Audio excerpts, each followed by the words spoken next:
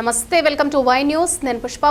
This news sponsors by Shri Krishna enterprises. Railway station ఎదురుగా మా వద్ద అన్ని టీవీలు, ఏసీలు, ఫ్రిడ్జ్లు మరియు అన్ని రకాల ఫర్నిచర్ హోల్సేల్ ధరలకు అమ్మబడును.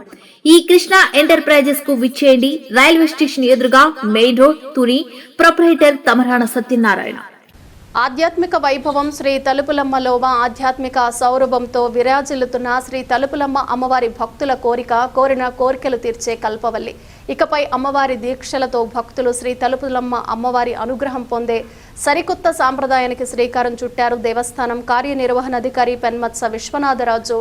అమ్మవారికి అత్యంత ప్రీతికరమైన ఆషాఢ మాసంలో తొలిసారిగా అమ్మవారి నవరాత్రి దీక్షలకు శ్రీకారం చుట్టారు. ఇవాల్టి నుంచి 9 రోజులు అమ్మవారి దీక్షను ఈవో విశ్వనాథరాజు, చైర్మన్ పెంటకోట భాస్కర్, సత్యనారాయణ, ధర్మకర్తల మండలి సభ్యులు ఆవుగడ్డి వెంకటరమణతో పాటు 35 మంది అమ్మవారి దీక్షను స్వీకరించారు. ఈ సందర్భంగా శాస్త్రోక్తంగా పలు పూజా కార్యక్రమాలు జరిగాయి.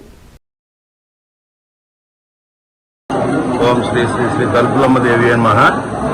ఈరోజు శ్రీ అమ్మవారి సన్నిధిలో తొలిసారిగా అమ్మవారి దీక్ష చేపట్టాలనే ఉద్దేశంతో ఆషాఢ మాసం అమ్మవారికి చాలా ప్రీతికరమైన మాసం కాబట్టి ఈ నెలలో దీక్ష చేపట్టాలని మా పండితుల సూచనల మేరకు మొట్టమొదటిసారిగా ఈరోజు అమ్మవారి నవరాత్రి దీక్ష చేపట్టడం జరిగింది. ఈ రోజు నుంచి 9 రోజుల పాటు ఈ దీక్షా కార్యక్రమం నిర్వహించి 10వ రోజున పూర్ణాహుతితోటి ఈ కార్యక్రమం ముగుస్తుంది.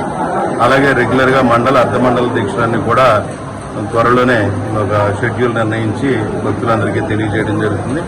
ఈ దీక్షలో పాల్గొనదలిచిన వాళ్ళందరూ కూడా శ్రీ తలుపులమ్మ అమ్మవారి ఆలయంలో ఈ దీక్ష నిర్వహించుకోవచ్చు. లేదా మీ గ్రామాల్లో మీ పురోహితుల ద్వారా కానీ, గురుస్వాముల ద్వారా కానీ ఈ దీక్ష స్వీకరించి ఇడుములన్నీ కూడా ఈ తలుపులమ్మ వారికి ఆలయానికి చేరుకుని ఇక్కడ సమర్పించవలసి ఉంటుంది. ఈ దీక్షా వస్త్రాల కింద దీన్ని ఈ colour authentic maroon colour dress ని సెలెక్ట్ చేయడం జరిగింది. తలుపులమ్మ అమ్మవారి దీక్ష తీసుకునే వారందరూ కూడా ఈ రంగు వస్త్రాలు ధరించి అమ్మవారి దీక్షలో పాల్గొనవలసింది కోరుచు. ఇది 9 రోజుల దీక్ష. ఇది నవరాత్రి దీక్ష. ఈ 9 రోజుల తర్వాత దీక్ష పూర్తవుతుంది. భాద్రపద మాసంలో పూర్తిగా మండల దీక్షలు, అర్ధమండల దీక్షలన్నీ కూడా ఆ నియమావళంతా రూపొందించి భక్తులకు అందజేయడం జరుగుతుంది. మొదటిసారిగా ఈ దీక్షలని మొట్టమొదటిసారిగా ప్రారంభించడం జరుగుతుంది.